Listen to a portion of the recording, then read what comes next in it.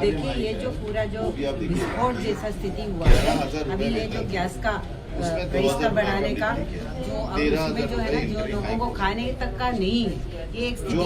और दूसरा ये जो हड़ताल के दौरान जो 12 फरवरी का जो हड़ताल हुआ है, उसके दौरान हम लोगों में ये कोड के बारे में लेके गए, तभी तो लोगों को पता भी चला कि ये सारा ओवर टाइम का भी पैसा हमें डबल मिलना चाहिए। और सरकार ने भी उल्टा ये पूरा प्रचार कर रहे थे कि हम सोना देंगे, ये करेंगे, 1 अप्रैल से होगा। और केंद्र सरकार का जो नोटिफिकेशन है जो डीए बढ़ाने का, वो भी आ गया, तो लोग हमारा अपना सैलरी स्लिप देख के लोग हैरान हो गए कि ये तक कुछ हुआ ही नहीं है, हमें जो मिलना चाहिए।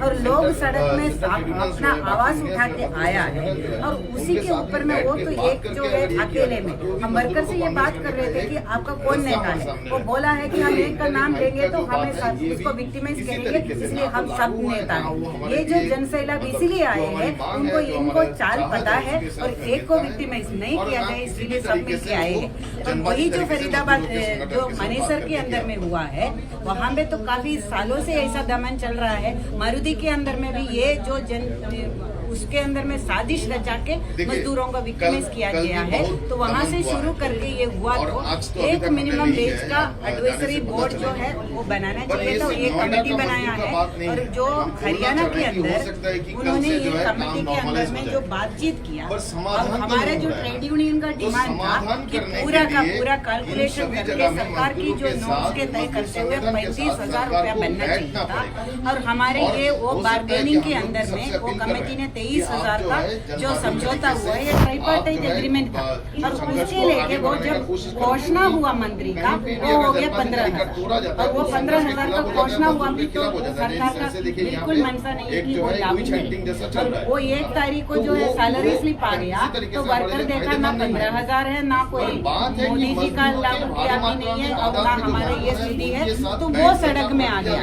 और सड़क में आने से जो दमन बहुत हुआ है, और वहाँ पे जो जनता के बीच में जो हमारे ट्रेड यूनियन है वहाँ काम करते हैं, बीच में काम करते हैं, कोई कौन है आउटसाइड का पूरा कहानी बताया जा रहा है। तो वो वहाँ पे लोगों के बीच में काम करते हैं कि वर्कर का लीडर उनके बीच में बात करने गए हैं, तो उसको नोटिस धमा गया है कि जो हरियाणा का सरकार ने भी CITU की स्टेट जनरल सेक्रेटरी को कि आप भड़काऊ भाषण दिया। क्या भड़काऊ भाषण है? आपका ये मिनिमम वेज का अधिकार है, आपका ओवर टाइम का अधिकार है, आपका जो है बिना ये वेतन का काम नहीं किया जा सकता है। जो परमानेंट काम के अंदर में ठेकेदार को नहीं रखना चाहिए, ठेकेदारी प्रथा खत्म करना चाहिए, देश की कानून है, ये लागू करने को आप मांग करो, और आप विधिवत तरीके से अपने लेबर डिपार्टमेंट के सामने में प्रदर्शन करके उसको ज्ञापन दे दो। और बोला है कि ये इसी के जरिए आपको ये है जो भी होगा तो आप जिम्मेदार होगा। ये नोटिस CITU का state wise president Vinod Kumar को भी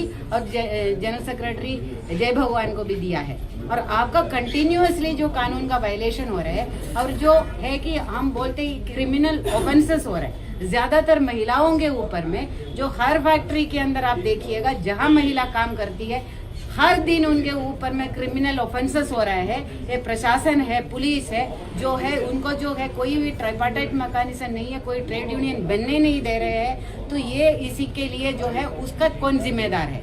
और वो काम को भी अभी भी जो है ये जो सड़क में प्रदर्शन करने के लिए आई है महिलाओं का पुलिस ने पीटा है, ये नोएडा के अंदर सारे वीडियो है। उसके लिए हम भी ये सवाल करना चाहते हैं। अभी बोला है कि 20 के बारे में FIR हुआ, ये महिला कर्मचारियों के ऊपर, मजदूरों के ऊपर में लाठीचार्ज करने वाले कभी ये पुलिस अधिकारी का क्यों नहीं FIR होगा? उसका भी वीडियो आया है कि उसका FIR भी होना चाहिए, और उसके ऊपर में भी सस्पेंशन और कार्रवाई होना चाहिए कि ये गैर कानूनी काम प्रशासन खुद ही उस पे उतरा है।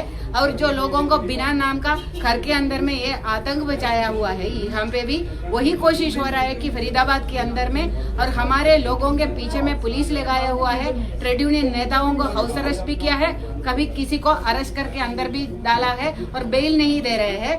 और जो महिलाएं हैं 20 है, जो गुड़गावा के अंदर में जो आम वर्कर है 20-22 साल का 2-2 साल के बच्चे वाले माँ है, उनको जो है बिना बेल का जेल के अंदर में डाला गया है। और क्या ऑफेंस है, कोई प्रूफ नहीं है, कुछ भी नहीं है, कहाँ वायलेंस हुआ, वहाँ पे तो वायलेंस भी नहीं हुआ था।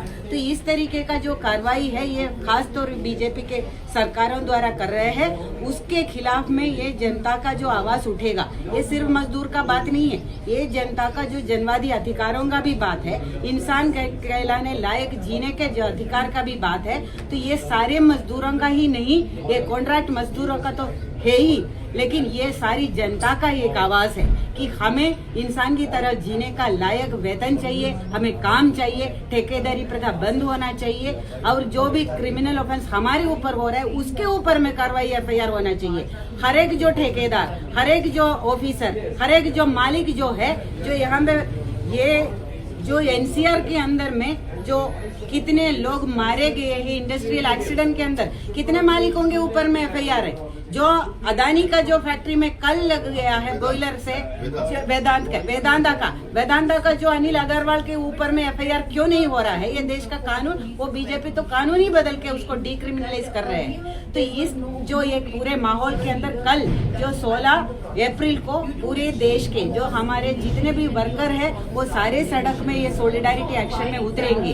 और जो कल को ये पक्का है, ये सुनिश्चित है कि हर एक जगह से जो है अपना यूनियन बनाने के अधिकार और सारे कानूनन अधिकार के लिए लड़ाई आगे होगा। और हम ये भी मांग करना चाहते हैं कि नोएडा के अधिकारियों से कि जहां जहां पे जो मजदूर सड़क में पूरी संख्या में बाहर आया, वो सरकार ये सुनिश्चित करे वहां पे जो भी है वो लोगों को यूनियन बनाने का आजादी दे, कि वो यूनियन बनाए, वो चाहे कोई भी यूनियन बने, इंडिपेंडेंट बने, जो भी ट्रेड यूनियन में वो हो जाए, उसमें कोई आपत्ति नहीं है। ये नहीं हम बोल रहे कि हमारा यूनियन में, कोई भी यूनियन में वो अपनी मर्जी का यूनियन बना के रजिस्टर करने का या क्या ये प्रशासन सुनिश्चित करेंगे, तभी जाके इंडस्ट्रियल पीस होगा।